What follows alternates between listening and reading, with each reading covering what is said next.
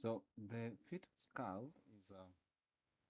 is divided into three in relation to obstetrics and gynecology. We have the phase. You can see here.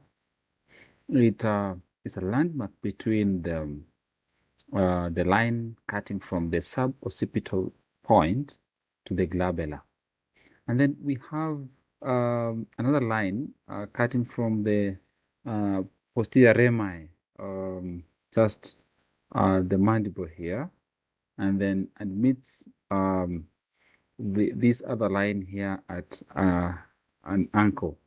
So this is the face, and then we have the base, and then we have the vault. So other important landmarks beside the divisions, which are not really important in obstetrics, the three divisions are not really important in obstetrics, but these other namings and divisions, such as the sinciput or the brow, that covers from the glabella to the bregma, the frontal bone, very important. The vertex, the parietal bone, very important. And then the occiput, the occipital bone. And then we have the mentum and this submentum. We have the occiput, the most prominent part of the occipital bone, and then the suboccipital region just below the most prominent area, usually called the nuchal point. Then we have another point known as the fontanelles. We have the anterior fontanelle, a confluent of the meeting point of the coronal suture and the sagittal suture and the frontal suture. We're going to see this. And then we have the posterior fontanelle. We have the sphenoidal and we have the occipital. We're going to see all these. So the skull, as we've said, it has the sutures, there's the fontanelles, the diameters, and the circumference. These are the most important things we're going to study. So from the obstetrical point of view, the head is very important because when you mold it, when you fix it together, or when it's compressed from sides, it compresses, it's compressible, and then it's able to fit the birth canal. That's very key. You've seen the three parts of the head grossly divided, and then functionally you've seen the vertex. You see the highest point of the parietal bone. You've seen the brow called the sinciput. That's the most prominent area of the frontal bone. And then we've seen the face. We've also seen the occiput, the most prominent part of the occipital bone. We've seen the sinciput, that's the brow, the forehead, you can tell. And then we have the parietal eminence, suboccipital junction. We have the submentum and the mentum. We've already spoken about this. The root of the nose, the nation, and then the vertical point. Then we have the sagittal suture, the sutures you can appreciate here. We have the sutures, the lines or the points dividing the bones, where the bones meet. So we have the parietal bones, and then we have the space, a small space dividing them. That's the sutures. Then this one is called the sagittal suture between the parietal bones. You've said all these sutures. And then the greatest points of confluence or meeting is called the fontanelles. The most important ones are the anterior one and the posterior one. Then the importance of the sutures, it permits molding. Molding is when the fetal bone is compressed between the birth canal and these sutures and the bones override. And this one, we can be able to appreciate it here. When they override, you can see at point 0, the suture lines are separated. You can see here they are separated.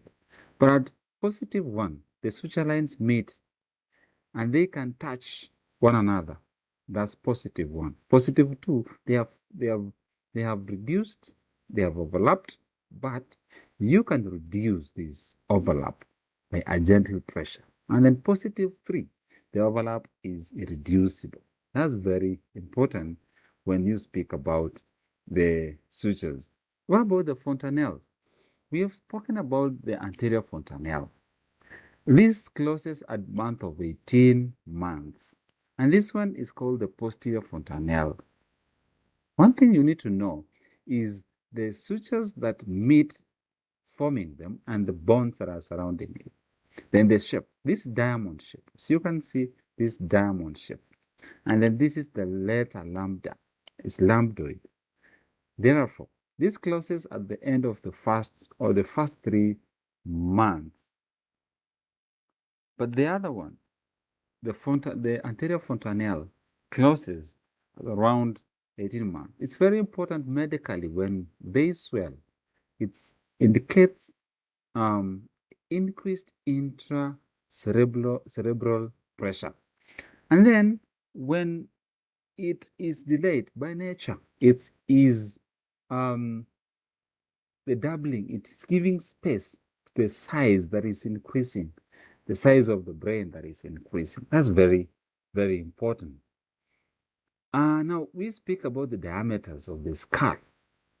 One thing that is very, very, very important is to know we have the mentum.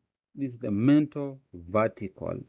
Then we have the submental vertical.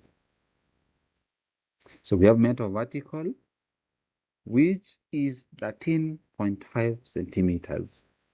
Then we have submental vertical, which is 11.5. We have occipital frontal, and then we have suboccipital frontal. So we have occipital frontal 11.5, and then we have suboccipital frontal 11, which is 10 centimeters, sorry. Then we have the suboccipital bregmatic, which is 9.5 centimeters. That is very key. First of all, know the types of diameters we have, and we are going to correlate them when we are going to do the maternal pelvis in relation to the fetal head or the fetal skull diameters.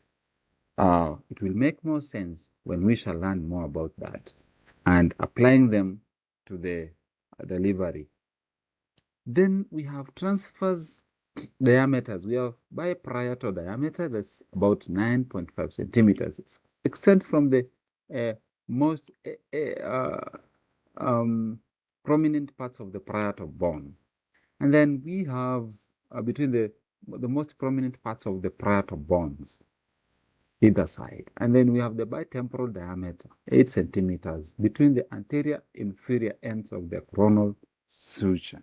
Don't forget. So we've spoken about molding, and the next thing we're going to look in the next lecture is about the maternal pelvis in obstetrics and its relation to fetal skull. Thank you. Until then, let's meet.